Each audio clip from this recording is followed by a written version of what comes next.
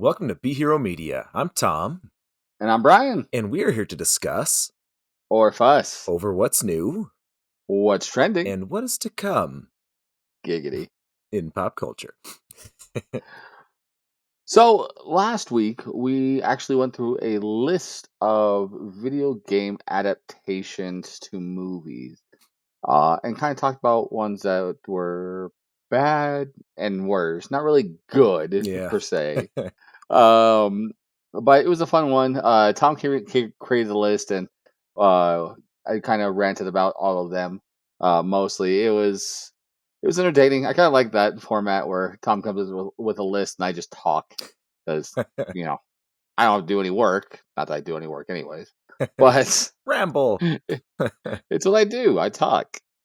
So this week it all comes to a head of what we were talking about with the adaptations to our review of Uncharted, the Tom Holland and Mark Wahlberg starring movie that just came out on February 17th, I think it was. That sounds about right. We'll go with that. So for us, we saw it the weekend following, and this will, of course, will come out another week or so after. But we're going to talk about this movie. We're going to try and keep it semi spoiler free, but there might be some stuff that we talk about as we go on. So, in case there is, spoilers are possibly ahead. Yeah, we'll try to keep them pretty mild. A lot of what we're going to talk about, though, is how it holds up in relation to the video game franchise, and as a video game adaptation, where it, kind of where it stacks. We want to talk about some of those things, so we will be talking about some details of Uncharted, um, but we'll try and keep it pretty general. Yeah. So let's start off by simply asking Tom, what do you think? So, I had fun with it. Is it a great movie? No, it's not. But is it entertaining? Yeah, it's it's one that I'll probably end up watching again in the theaters. I'll take my kids to it. I think that they would actually enjoy it quite a bit. Um, it's definitely a shut your mind off popcorn flick. Mhm. Um, which if you know anything about the Uncharted franchise, it is very unreal. It is not meant to be grounded really in reality. It is very fantastical. It is, very much in kind of like a, I don't know if you'd even call it sci-fi. Not really. Would that be sci-fi? Like, Modern fantasy, I think would be a better way of saying it. yeah, modern fantasy. That pretty well sums it up. Um and yeah, I think for what it was trying to do, introduce characters to a bigger audience, people that are not familiar with the games. I think that they did a decent job. I loved the dynamic between Tom Holland and Mark Wahlberg. I don't think I've only played the first two Uncharted games, so I don't think it was perfect. A perfect like Nathan Drake and Sully dynamic that I'm used to. But I've heard that in the third game, that one in particular kind of fleshes out a lot of the things that were at least brought up in this movie. I haven't played the third game, but I've just heard. So Well, for myself, I enjoyed it. It falls in the same vein for me as like National Treasure does, or Sahara, if you remember that one, with oh man, what's his name? Uh, my brain just lost it. All right, all right, all right. oh yeah, Matthew McConaughey. Yes, with Matthew McConaughey. Uh, it's exactly that kind of thing. It's a treasure hunt. No real need to have more than that kind of plot in it as a treasure hunt, and as long as the characters are there and everything else, like you can go bad with like say Tomb Raider 2, but it works out well for this. I actually hadn't played the Uncharted games. I've seen some playthroughs and some of the stuff that way, but not much. So I didn't play them. I own them.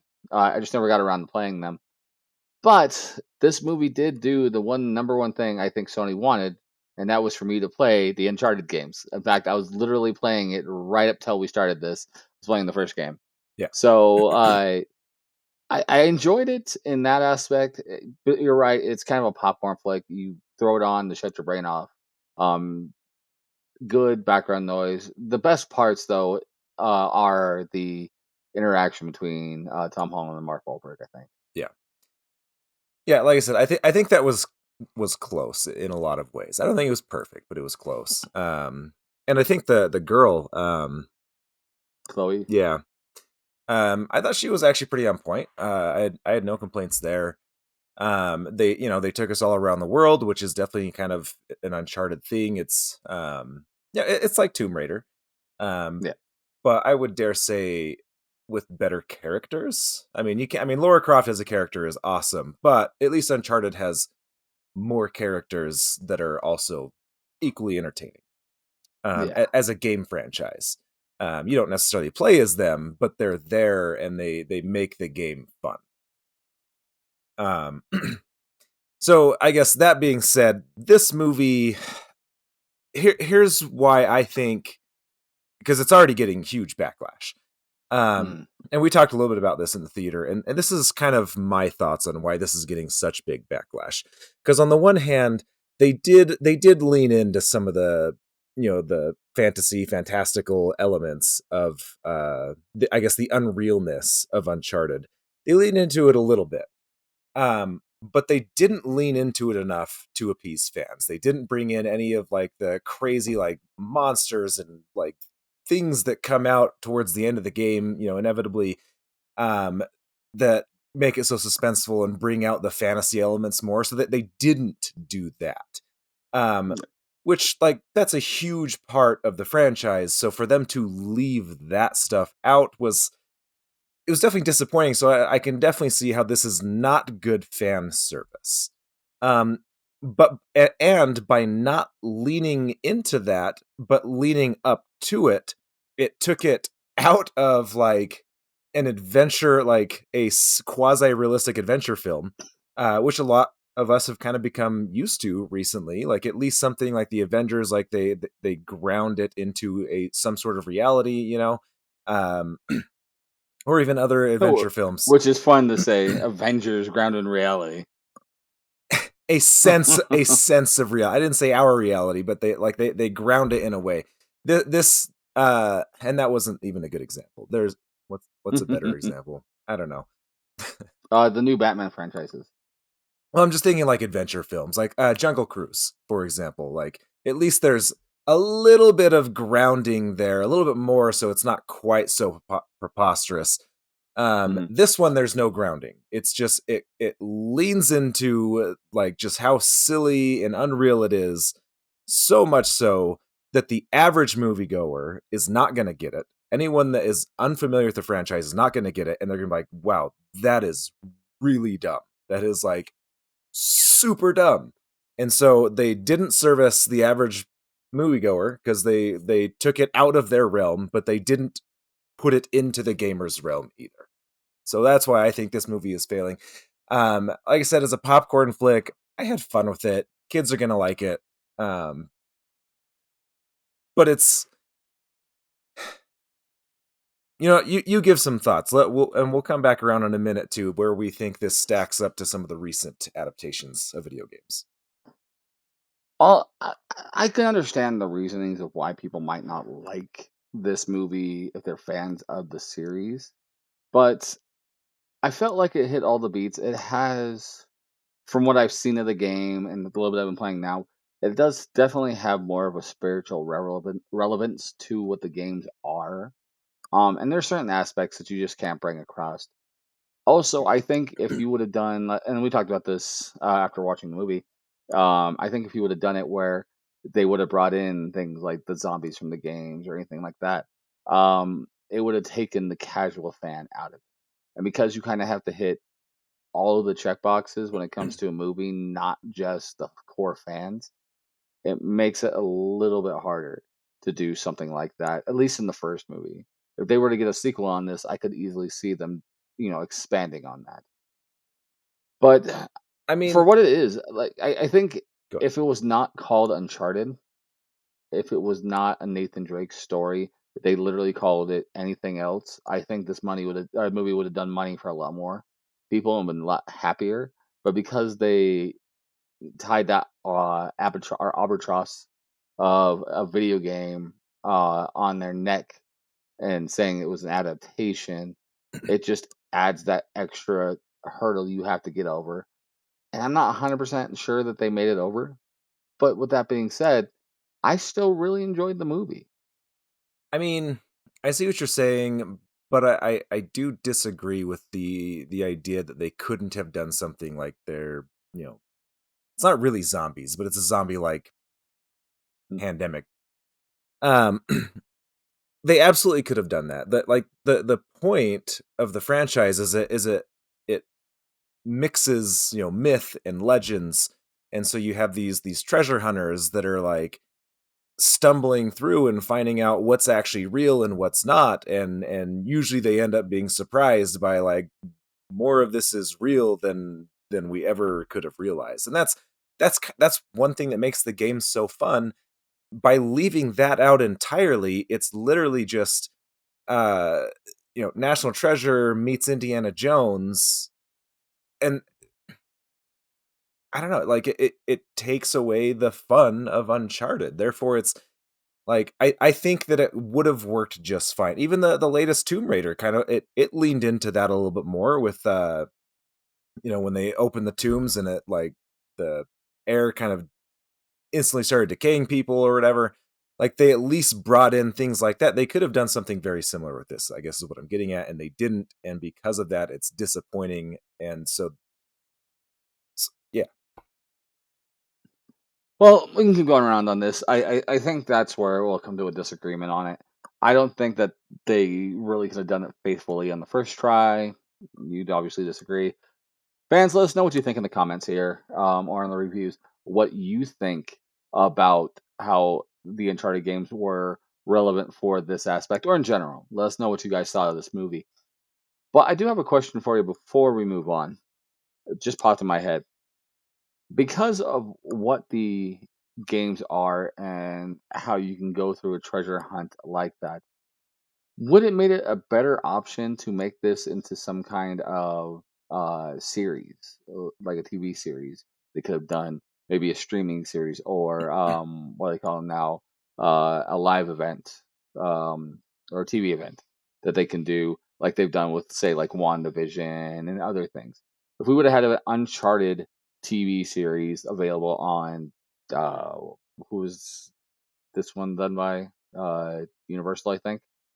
So I yeah. don't know, Peacock or Paramount Plus could have easily had a series of this that they could have done, and that would allowed you to do a lot more faithfulness, doing say a 6 to 10 episode series, an hour long, 45 minutes long, where you could have done that and build up the things. The other aspect into this movie that kind of took me out of an annoyance in this is like every 10 seconds someone's betraying somebody, and they could have done that in a series as a cliffhanger is someone's betraying this person or something like that. Mind you, I think the TV series would have then got a lot of flack about, they should have changed it from Uncharted to I have betrayed you. But Yeah, see, and it has been a little bit since I played the first two games. I don't remember that much betrayal in the games. Like they're definitely not in the sense of betrayal, but there's like, the whole like concept of honor amongst thieves. Like in the first two games, Nathan Drake and Sully are very close. He's almost like a father figure to him. So they don't really have that. There is definitely the dynamic with the girl though. She kind of pops in and out, but it's not really a betrayal dynamic. It's just different motives. mhm. Um, at least that's how I remember it. As far as your question though, would this have worked better as a streaming series? Um, that's tough. I want to say no, and that's because I don't.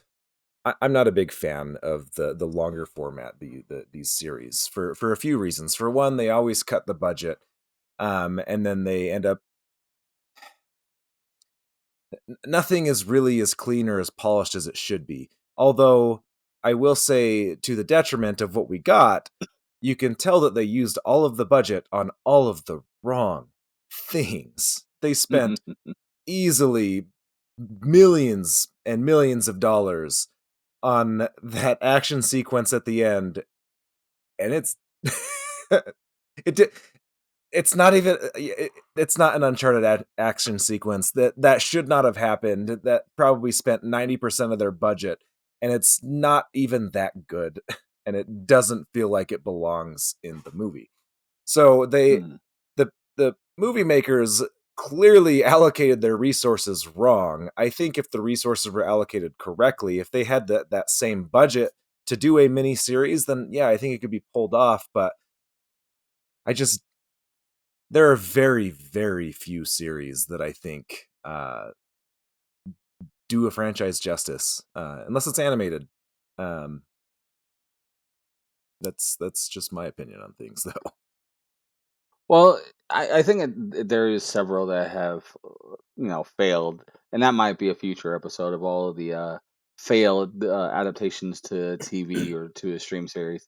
But there have been so many good ones, like The Witcher, and most recently a lot of the Disney Plus ones, like WandaVision, Loki, and things like that, that have done very well and have a relatively a movie budget style, so they are clean and things like that. But there have also been so many. I'm terrified about the new Halo because that budget looks like garbage. Yeah, and every But other Halo adaptation that they've tried has been terrible. Mini series and whatnot. well, they were always like extra little bits under the games. They were never really One of like, them was you directed know, by Ridley Scott. Nightfall, I think is what it was called. The one that came out with Halo 4. yeah. That was Ridley Scott. Or at least it was a studio. He may not have directed, but Yeah, I know I his could name doubt it is was Ridley Scott, I know but his name is on it. yeah. But he might have just been a producer. So I thought that he had directed. I don't know. I'll have to look that up later. Well, with that being said, there's this movie. I enjoyed it. And then I think there's a great future drinking game that can be made around this game. Of anytime that Tom Holland's Nathan Drake says, "Oh my God," or "Holy crap," or something to that effect, and or Sully answers somebody else tries to screw him over. It's a proper drinking game, as in you will be drunk halfway through the movie. Yeah. So, but I hope you guys enjoy the movie. And if you do the drinking game, your livers won't. Uh, but let us know here in the comments what you guys are thinking about this movie. So hit us up on our social medias as well, such as Facebook.com/BeHeroMedia, Instagram.com/BeHeroMedia. on Twitter at BeHeroMedia, and everything that is BeHeroMedia at BeHeroMedia.com, as well as right here on YouTube. You can go ahead and hit that subscribe button and that notification bell so you can see when we come on, including the times when we accidentally come on, like we did at the beginning of this video. Right. Um, So quick final thoughts, though, Brian. What do you think as far as how this movie stacks up in the world of video game adaptations, especially some of the more recent ones? It's not as good as Sonic. I wouldn't put it as good as even the new Tomb Raider, but I'd put it above Monster Hunter World. I definitely put it above Monster Hunter World. And I agree. I don't think it's on the same par as what the Sonic one is. Um, I think I'd call it about even with the new Tomb Raider though.